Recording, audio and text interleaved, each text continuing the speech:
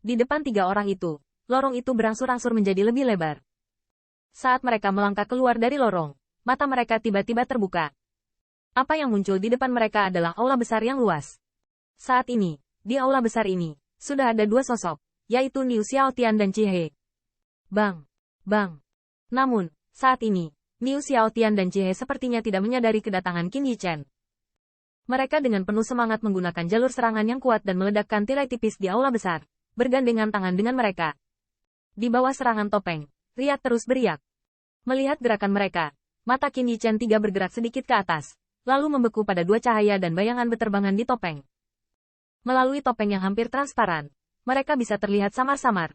Salah satu cahaya dan bayangan adalah baju besi, dan yang lainnya adalah senjata aneh, yang terlihat seperti palu. Tetapi di bawahnya, ada duri yang tajam. Senjata suci kelas atas, tanda seru.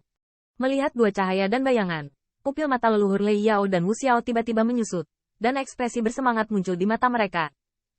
Itu memang makam raja pertempuran, dan bayi-bayi ini dimakamkan di sini. Rao adalah Qin Yichen, dan dia hanya bisa menghela nafas. Bahkan berdasarkan pengalamannya, dia belum pernah melihat senjata suci dengan fluktuasi yang begitu kuat. Kalau dipikir-pikir, mereka kemungkinan besar digunakan oleh Battle King selama hidupnya. Namun, saat ini Qin Yichen juga tidak terburu-buru untuk menembak. Dia mengedipkan mata pada Thunder Unolder dan Wu Xiao, dan memberi isyarat untuk menonton untuk saat ini. Di bawah serangan sengit Niu Xiaotian dan Cihe, topeng itu bergetar hebat. Jelas, setelah bertahun-tahun dibaptis, penghalang di atasnya tidak bisa dihancurkan. Melihat pemandangan ini, tiga orang Qin Yichen saling memandang, dan kemudian secara bertahap mendekat di bawah topeng. Pada saat ini, Niu Xiaotian dan Cihe yang tamak akhirnya merasakan kedatangan mereka. Ketika mereka melihat tiga orang dari Qin Yichen, kedua wajah mereka tiba-tiba tenggelam. Serangan di tangan mereka tidak sadar berhenti. Hehe, kedua tuan melanjutkan, jangan khawatirkan kami. Melihat tatapan waspada yang mereka proyeksikan, Qin Yichen berkata sambil tersenyum. HMPH, ingin harta karun, lakukan sendiri. Setelah mendengar ini, Niu Xiaotian mendengus dingin, wajahnya tampak sangat suram. Mereka tahu bahwa hanya dua dari mereka yang tidak bisa menjadi lawan Qin Yichen dari tiga. Pada saat ini, jika mereka terus menyerang penghalang itu, kemungkinan besar mereka akan memberikan kesempatan terakhir, dan pada saat itu, mereka akan melakukannya. Untuk mencoba kembali. Saat ini, cara terbaik adalah menunggu Qin Yichen dan mereka akan mengambil kesempatan untuk bergerak sendiri. Meskipun mereka mungkin bukan lawan Qin Yichen jika mereka saling berhadapan, selama mereka diberi kesempatan untuk merebut tiga senjata suci kelas atas, bahkan jika yang terakhir ingin mengambilnya dan itu bukan masalah sederhana. Di makam kuno ini, saya tidak tahu seberapa besar bahayanya. Ketika saatnya tiba, mereka hanya dapat menemukan tempat untuk bersembunyi. Oh, saya minta maaf karena meraih, tetapi karena dua ingin membuatnya, maka Qin ini berterima kasih kepada dua terlebih dahulu. Mendengar ini, Qin Yichen tidak hanya tidak menunjukkan kemarahan, tetapi juga sedikit tersenyum.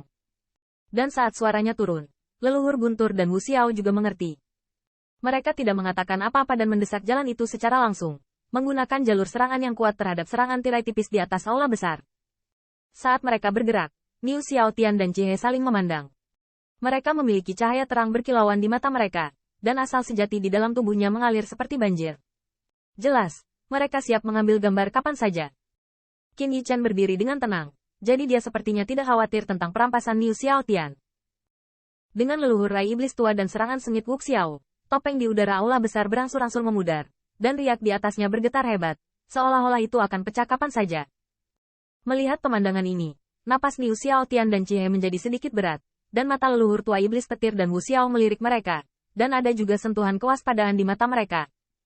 Keduanya tidak perlu khawatir, mereka tidak bisa mengambilnya. Namun, saat keduanya sedikit khawatir, suara Qin Yichen tiba-tiba terdengar di hati mereka.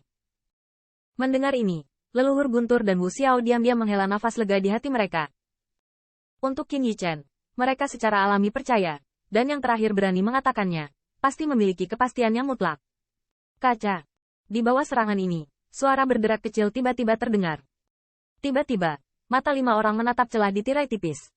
Di bawah tatapan mereka, retakan melebar dengan cepat dan akhirnya menyebar ke seluruh tirai tipis. Hai. Dengan suara nyaring, tirai cahaya akhirnya mencapai batas yang bisa ditanggungnya. Bang. Pada saat tirai cahaya rusak dan rusak, Niu Xiaotian dan Cihe tiba-tiba mengeluarkan jalur fluktuasi yang kuat. Kemudian, tubuh mereka dijarah, menghadap holi kelas atas yang terekspos ke udara. Senjata menyambarnya. Leluhur tua setan petir dan Wu Xiao mundur selangkah karena rusaknya tirai cahaya. Meskipun mereka bereaksi dengan cepat, mereka selangkah lebih lambat dibandingkan keduanya. Hehe, dua tuan, kita hancurkan penghalang. Bukankah agak buruk merampok? Pada saat ini, tawa Qin Yichen terdengar tiba-tiba, dan segera, dua lampu emas bersiul, langsung menghadap serangan otak belakang Niu Xiaotian dan Cihe. Saya merasa bahwa yang terakhir ingin menahan keduanya dengan kekuatan diri sendiri. Mata Niu Xiaotian dan Cihe penuh amarah, tetapi saat ini, mereka tidak mengganggu Qin Yichen. Tubuh mereka sedikit bengkok, dan mereka akan menghindari bagian vital. Jadi, mereka terlihat seperti akan menggunakan punggung mereka untuk bertahan dari serangan yang terakhir. Hehe, mereka berdua mungkin terlalu meremehkanku. Melihat tindakan kedua orang itu, mata Qin Yichen mencibir, lalu hatinya tergerak, dan kedua lampu emas itu tiba-tiba berubah menjadi dua telapak tangan besar, meraih keduanya. Anak-anak, kamu mencari kematian.